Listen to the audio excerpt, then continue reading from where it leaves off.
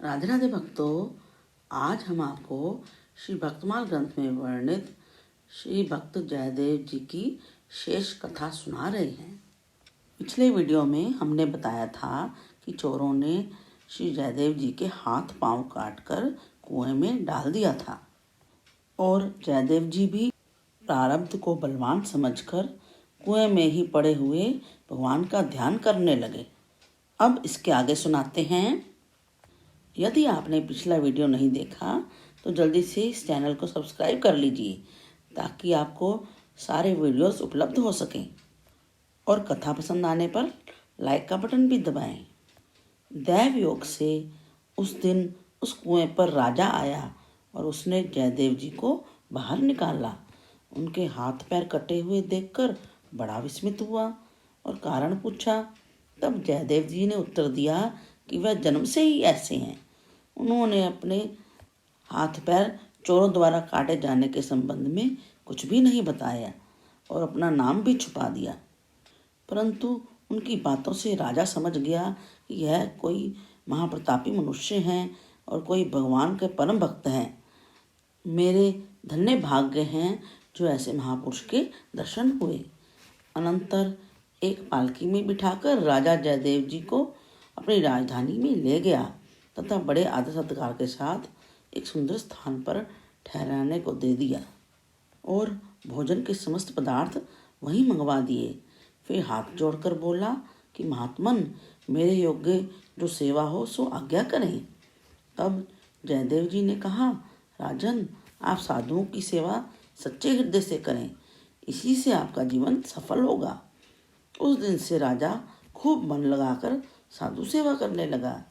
उसकी यह प्रशंसा दूर दूर तक फैल गई। जब उन ठगों ने राजा की साधु सेवा का वृत्तांत सुना तो वह भी कुछ द्रव्य ठगने के विचार से साधुओं का सा भेष बनाकर राजा के पास आए, किंतु सबसे पहले उनकी जयदेव जी से भेंट हो गई।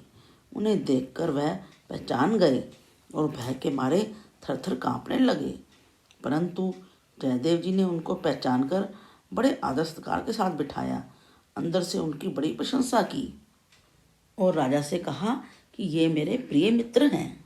तब राजा उनको महल के अंदर ले गया और उनकी खूब सेवा पूजा की, किंतु वे पापी डर के मारे वहाँ अधिक नहीं ठहरना चाहते थे।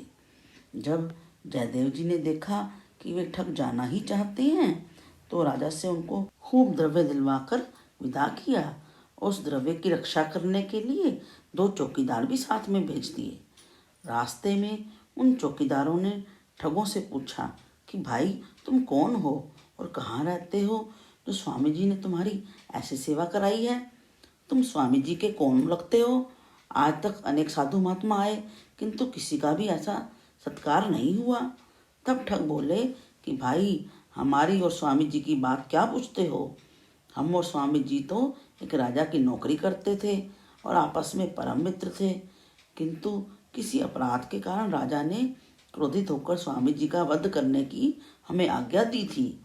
हम राजा की आज्ञा मानकर स्वामी जी को वन में ले गए, किंतु हमारी अधिक मित्रता होने के कारण हम उनका वध नहीं कर सके, केवल उनके हाथ पैर काटकर उनको जंगल में छोड़ दिया। हमारे इसी एहसान को तुम्हारे स्वामी जी आज तक नहीं भूले हैं, इसी कारण हमारी ऐसी सेवा कराई है।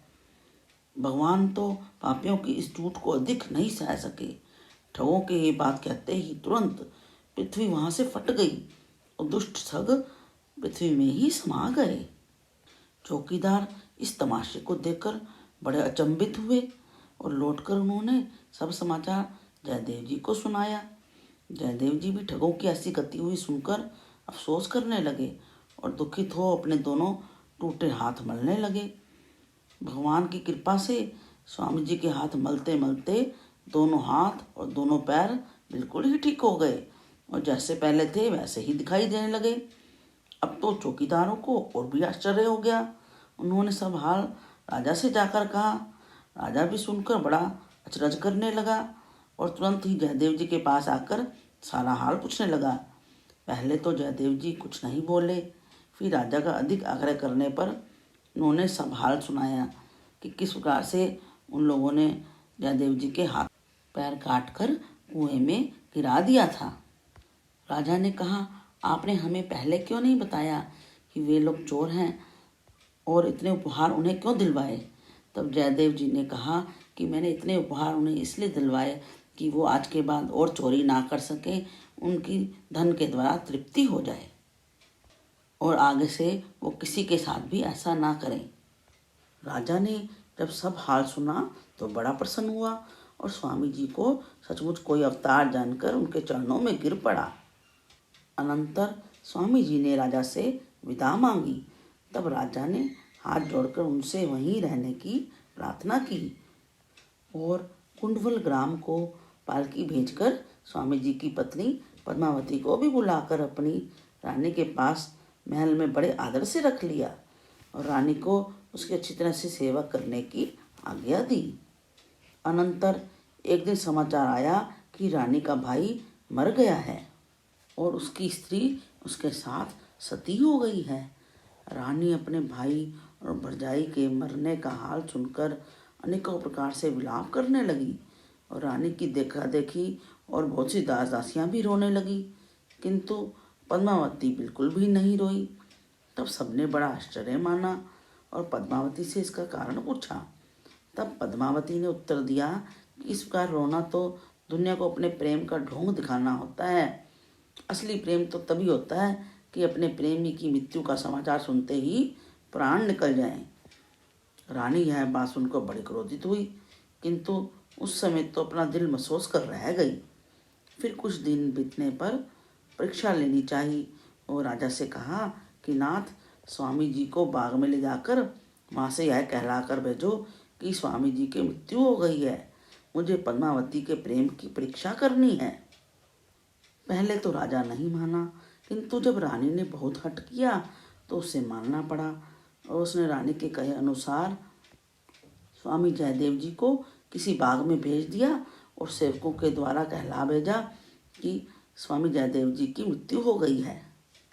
जब महलों में स्वामी जी की मृत्यु का समाचार आया तो रानी बनावटी दुख से रोती हुई पद्मावती के पास पहुंची और वह दुखित संवाद सुनाया।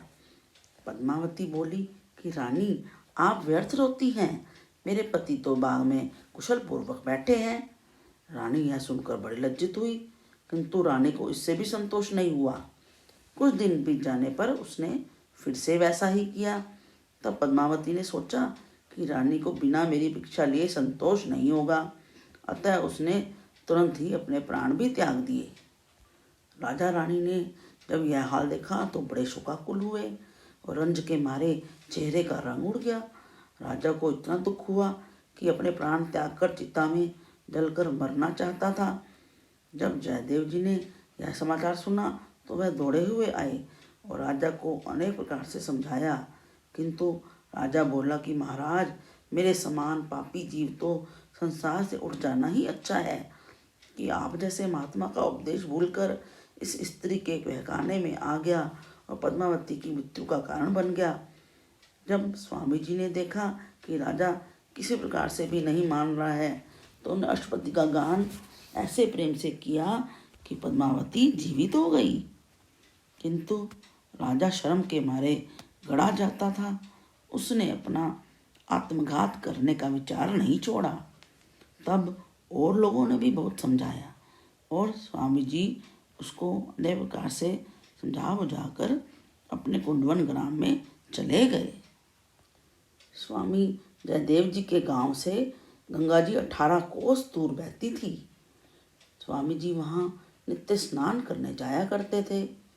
जब स्वामी जी वृद्ध हो गए तो गंगा जी ने उनको स्वप्न दिया कि अब आप नित्य इतनी दूर स्नान करने के लिए जाने का कष्ट ना किया करें, किंतु स्वामी जी ने अपना नित्य नियम नहीं छोड़ा। तब गंगा जी ने कहा, यदि तुम अपना हठ नहीं छोड़ते हो तो मैं स्वयं तुम्हारे स्थान पर आती हूँ। जयदेव जी ने पूछा कि हे गंगे, आप कब और किस प्रकार से मेरे आश्रम में पधारेंगी? गंगा जी ने उत्तर दिया कि जिस दिन आप मेरे प्रवाह में कमल खिला हुआ देखें उसी दिन मुझे आया समझ लेना। गंगा जी के वचन के अनुसार आज तक गंगा की धारा जयदेव जी के आश्रम के नीचे होकर बहती है। और उसको जयदेवी गंगा के नाम से पुकारा जाता है। भक्त जयदेव जी की कथा समाप्तम। Please like, share and subscribe. हरे कृष्ण कृष्ण कृष्ण हरे हरे, हरे राम राम राम हरे हरे।